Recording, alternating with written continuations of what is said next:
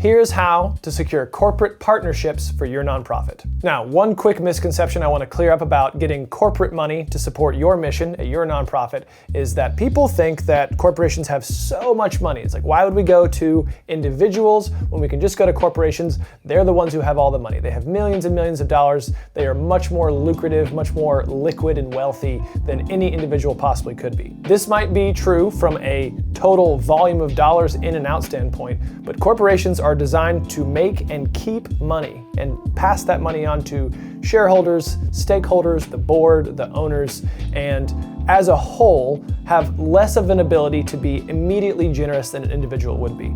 That said, they still have a good chunk of the national philanthropic pie, so we want to do a great job of capturing what dollars we can. But keep in mind that corporations on average are going to give between 1%, maybe up to 1.5% of their total revenue for the year to charity, and most don't even go that high. So even if they are perceived to be a lot of money, Coca-Cola Foundation, they have so much money, they're going to be distributing that money across many different charities. They're also not going to have that much money to give away in comparison to a multi-deca millionaire who does not need to have millions of dollars every year towards advertising and production and shipping and all the things that a corporation might spend money on. So we do want to capture that piece of the pie. Individuals are still a much larger, much better avenue for gifts, but there are some huge advantages to partnering with corporations and getting them to fund your nonprofit. The trick and the key to convincing them to do so is you have to have something in exchange so that even if their top person decides, yes, I do want to support your charity, we do believe in the mission,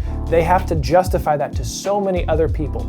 Board members, shareholders, stakeholders, their employees who don't get a raise because they gave money away. There are lots of people who are going to be upset that there's less money in the corporation, and we have to give those owners and decision makers lots of great reasons that they can share with their people in order to justify these gifts. So that's kind of our whole MO with this. We're going to give them ammo to use on their people as to why they should give. It's almost a little bit of an exchange, whereas with individual giving, it might be a little bit more altruism based. So everything we talk about should be kind of based on that. So we're first going to go over some of the benefits of corporate partnerships for nonprofits, and then we're going to talk through the top 5 main reasons you might be struggling to get corporate partnerships in your organization, and of course, how to overcome those issues. Let's get into it.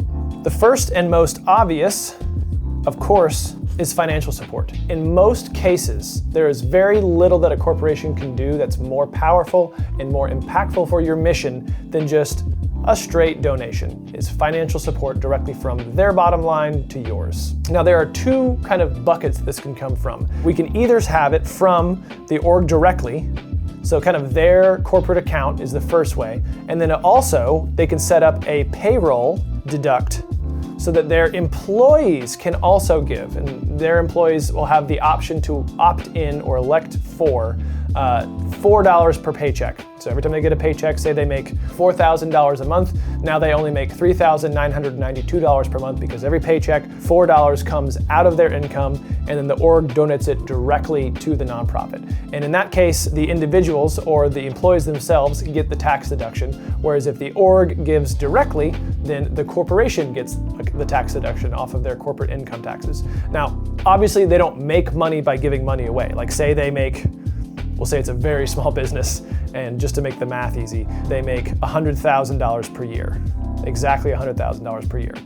They're going to get taxed at whatever percent, say the corporate income tax for them is 10%. So now they have to pay $10,000 to the government every year just for having made that $100,000. So if they give $10,000 to you instead, all that does is it takes their income to $90,000. And now they still have to pay 10%, but they only have to pay $9,000 to the government, which is only 10% out.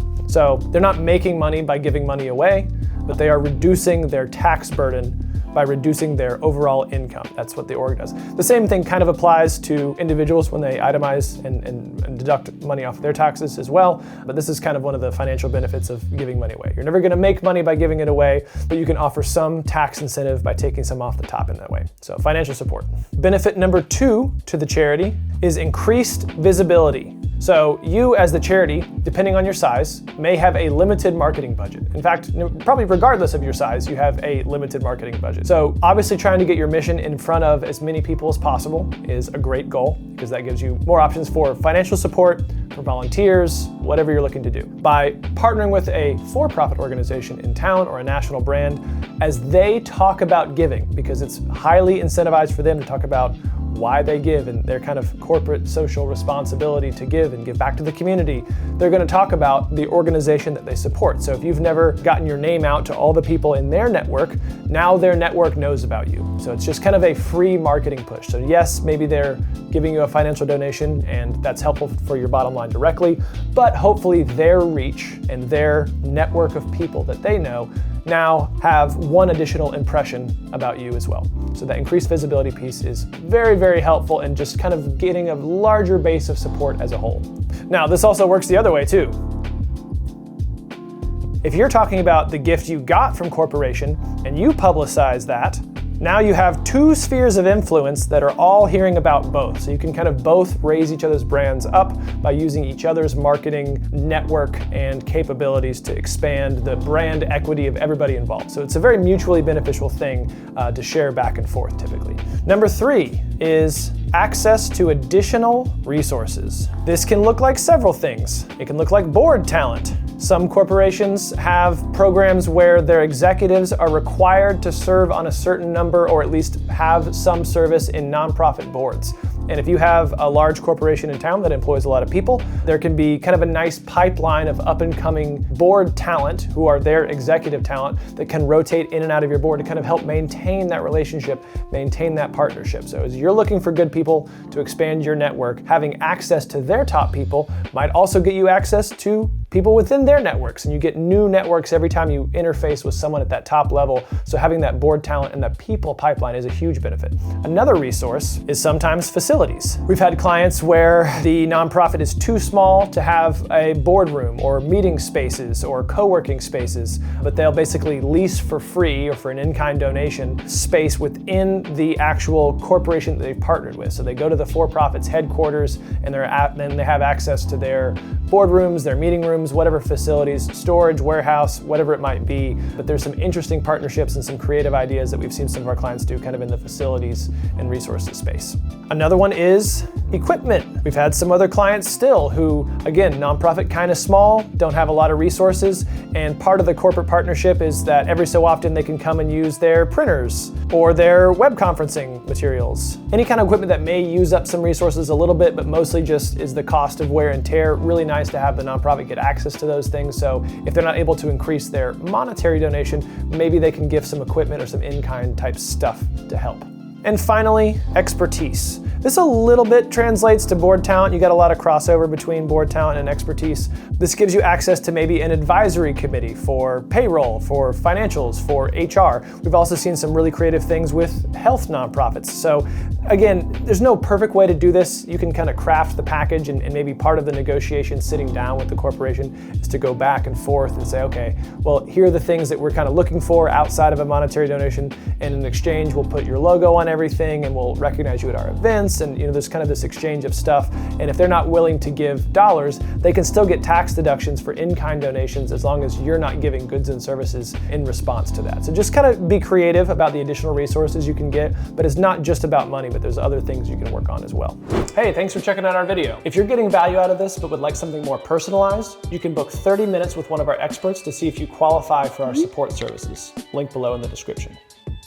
Okay, so if you're convinced of the idea that maybe you want to try to explore some corporate partnerships, here are some of the reasons that you might be struggling to do that, or that you've tried to do it in the past and you've been stopped or blocked, and then our best recommendation on how to overcome those difficulties. The first reason that you might struggle is lack of alignment.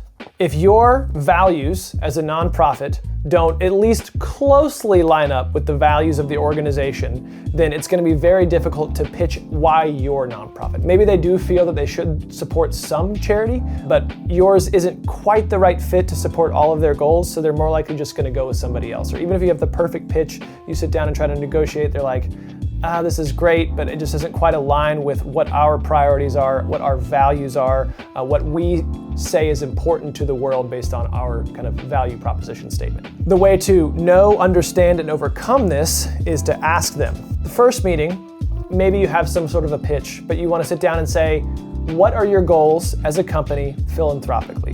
What are some of the things you're trying to achieve? What are the things you're trying to show? What are some of the things you're trying to impact? So instead of trying to guess, you can just ask them. And you don't even have to do this at the top level. If you get a meeting with a CEO, maybe you've met with some mid-level manager first and say, hey, we want to pitch a partnership opportunity, but we want to do it correctly. We don't want to just going to come in with a generic pitch. We know you hear all kinds of pitches from charities all the time. We really want more of a partnership where there's an exchange and you're going to get a lot of value, we're going to get a lot of value. But for us to understand what you need as a company, we as the nonprofit need to know what are some of your goals. So I'm just going to ask them straight up, what are their goals? And it might be they want to increase their brand in the community, just total visibility. They might want to appear generous and kind as a brand.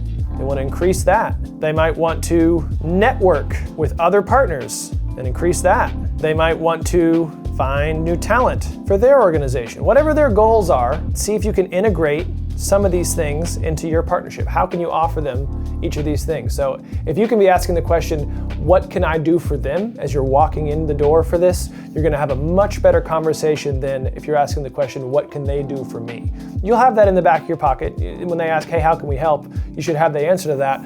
But think about from their perspective, why would they want to give to a nonprofit? What advantages would they have? So when they ask, tell us about this, you can start with their goals and their advantages. If you don't know what their goals are, you can just ask, and then when you finally do get that meeting with their exec team, you just reflect that right back to them. And hopefully, in that case, you can avoid that lack of alignment. Hopefully there will, in this case, be better alignment because you've crafted and tailored your message, you've crafted and tailored the partnership to better fit their values overall. Number 2 reason they may not want to give to you, insufficient value proposition. Imagine you have a scale here, and on each of the sides, this is them, and then on this side is you. You come in with this proposition. Hey, we want a corporate partnership, we've understood your goals, we've maybe thought about how this would be beneficial to all of us. Here are the things that you get, and you list a couple of things that they get, and that's great, and there's some things, and then you talk about all the things that you get. Well, you get access to their facilities, and you get some money, and you get some talent, and you start stacking the things up, all the things that you want out of this partnership, and suddenly, this side is way too heavy, and your value proposition feels too one-sided. I know you're looking for a donation, and you want that to be an act of benevolence, an act of kindness, altruism, but the reality when you're dealing with corporations, you have to have some level of what's in it for them. Even if that person wants to, they have to be able to justify that gift to a whole lot of people, so you've got to give them more bricks to stack on this side so that it is at least equal or close to equal. It could be marketing exposure. You can give them social media posts. If you're a healthcare organization, do free health screenings. There's all sorts of stuff that you can offer, but you have to have something on this side so that when you have that pitch, they get enough from the partnership that they can justify, and it's a no-brainer for them. The third reason you might be struggling to get corporate sponsorships or corporate partnerships is that you're transactional, not relational. How most nonprofits approach getting corporate donations, corporate sponsors for their events is they call, they ask for money, and then they give them sponsorship, and then nothing happens. And then the next year comes around and they do the same thing again. They call them again, they ask for money again, they get a sponsorship again. And you have this kind of forever cycle, and this is what your entire life looks like in terms of your relationship with your vendor or your sponsor or your presenting person at your whatever, 5K, gala, doesn't really matter. This is kind of this very transactional, like I'm only gonna call them when I need something. What we wanna do instead of all of that is sit down with them, talk about goals, talk about mutual value, and then secure a multi-year agreement. And here's how we do that. So say you have someone who sponsors your gala every single year. They give $10,000. Every single year, you call them in October and say, hey, just wanna make sure that y'all still wanna do the gala again. $10,000, we get your logo on all the stuff. Well, you get 5 minutes to talk about it. You get 2 tables, you get all these things in exchange for sponsoring the gala. And then you know that you're gonna do it, it's gonna be fun, it's gonna be great, and then nothing much will happen between that gala and when I give you that next phone call next year. But instead, I wanna say, look, I'm gonna call you every single year. Would you consider pledging $50,000? And that automatically puts you at platinum level sponsorship across literally everything we do. All of our events, our website, our materials, all of our brochures. Your logo goes everywhere. We have a certain number of dedicated social media posts and email campaigns, and we have this full kind of package that we send out as like, this is what it is.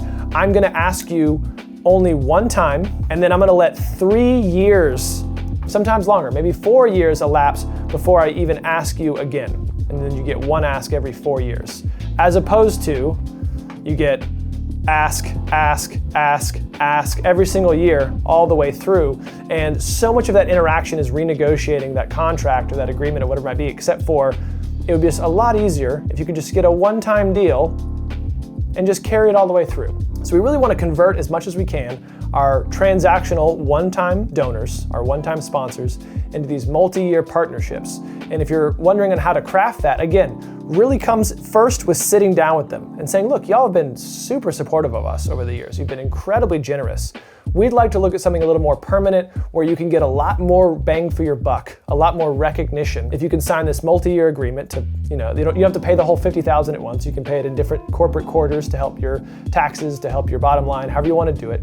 Pay out as you like. I'm only going to ask you one time, and then the rest of the time we'll just send you updates. I'm not going to solicit you again. We won't ask you for any other events. It's just a one-time deal. Especially if you have a good relationship with that vendor, that sponsor, likely they're going to want to do that. They're going to see it as a service or an offer, not necessarily a request. We really want to focus on, can we build relationships instead of having these one-time transactions. Works with donors, but it also works with corporations as well. Number 4, the next mistake that you might be making is limiting your prospects. This might look like going back to the same 3 companies over and over and over for the same 3 sponsorships or partnerships over and over and over because you know they're going to say yes, and not expanding outside of that. At first, this is fine, and they like to be the ones that support you, but you can begin to build resentment if they get the sense that you're not asking anybody else to step up and saying, okay, we're happy to support you, but is there anybody else in this community that you can maybe go to? We're feeling very tapped out. Every time you come to us, it's for more money, which most of the time we're happy to do. Great that we support you guys. We definitely love the work that you do. But who else in this community are you soliciting to get additional donations? And if they're the ones asking you that, or you're getting the sense that they can ask you that, have them connect you. So you're the charity, and you go to these same 3 Corp 1, 2, and 3 every single year. These are the only 3 corporate partnerships you ever consider. You ask them over and over and over. And you deplete and you deplete and you deplete. If they're getting tired of being asked, or they feel like, what's wrong with everybody else in this town? Is there anyone else you can maybe go to? Say, can you make for us 3 connections each? So you go to each of the corporations. And then in that way you get 4, 5, 6, 7, 8, 9, 10, 11, 12. You don't have to reach out cold to anyone. They're the ones facilitating the relationship. Maybe they connect you with an executive that they know, a vendor that they use in town, and then suddenly you now have 12 corporate partnerships. Imagine if 12 corporate partnerships, they were all giving you $1,000 a month each. That's just $12,000 a month more that you didn't have before. And again, you're not having to make new prospects and go out and forge connections yourself as the organization. You're going through your existing connections to find new ones. Super simple. You can do it at a scale this small, or if you have 20 corporate partnerships, you can get 5 each from those. And there's 100 companies that you now don't necessarily going to get a yes from, but you can go and sit down with. You can get past their gatekeepers because someone that they trust says, hey, this charity does pretty good stuff. I think you should at least sit down and hear them out. So don't limit yourself to the same 3 or 4 organizations every year and expect them to continue to support you if you're not also demonstrating that you're going outside and trying to find new organizations all the time. All right, the 5th and final mistake is not sharing impact. If you're not doing a good job showing what their money is doing, they will probably be less likely to support you in the future. You have to make sure that, hey, y'all are sponsoring us at this level, and yes, you get some stuff, and we get some stuff, but I really want to show you the human side of this. I want to say, look, I know that this is kind of a partner relationship and you're like 5 degrees of separation away from the mission, but let me tell you a story about Sally, who we were able to help. I think it's really going to be impactful so you can kind of see that we're not just a corporation here. There's actual people on the other side of this who are directly benefiting from y'all's generosity. Again, one story is probably worth hundreds of stats. It's good to share stats, it's good to share impact statements, but just, again, focusing on story and showing impact of what they're able to do makes a huge difference. If they feel good about the work they're doing, they're much more likely to figure out a way to get it done. Yes, they have a lot more constraints than sometimes individuals do in terms of their giving, but if you have a key decision maker within an organization who really wants to support a nonprofit and they're super bought into the story and they really believe, they'll find a way to get the budget money. Say they don't have the budget money in their donation pile. They have like a % of whatever their income is that goes to charity every year. Maybe they can tap into their marketing budget a little bit and saying, well, we are getting a lot of logo visibility and we're getting a lot of brand equity out of this. I'm still going to support these guys, even though we're down a little bit and our well has run dry and the charities that we support, we can tap into the marketing budget just a little bit because we get some stuff out of there too. So they can make decisions for you, they can cross some lines, build some new connections, but you have to give them reason to through the impact that you share. So that was our complete guide on both the benefits of corporate sponsorships and corporate partnerships, and of course the ways you can avoid the mistakes that most people make when they're trying to get these. I think a lot of people run up against some of the problems and issues, and they say, corporate partnerships are too hard. I'll just keep getting a one-time sponsor because it's just too complex. We can't ever give corporations. They're so greedy. It's like, they're probably not greedy. You're just not approaching it the right way. There's a systemized way to go about this that lots of charities do just fine with, and they get lots and lots of money every year. There's plenty of corporate money that gets distributed every single year, and all you have to do is check just a few basic boxes and you'll be well on your way to keeping those partnerships long term. If you'd like some additional information on the best way to secure corporate partnerships, you can talk with one of our staff directly. Head over to our website at pridephilanthropy.com and you can book some time with one of our experts. We'll see you over there.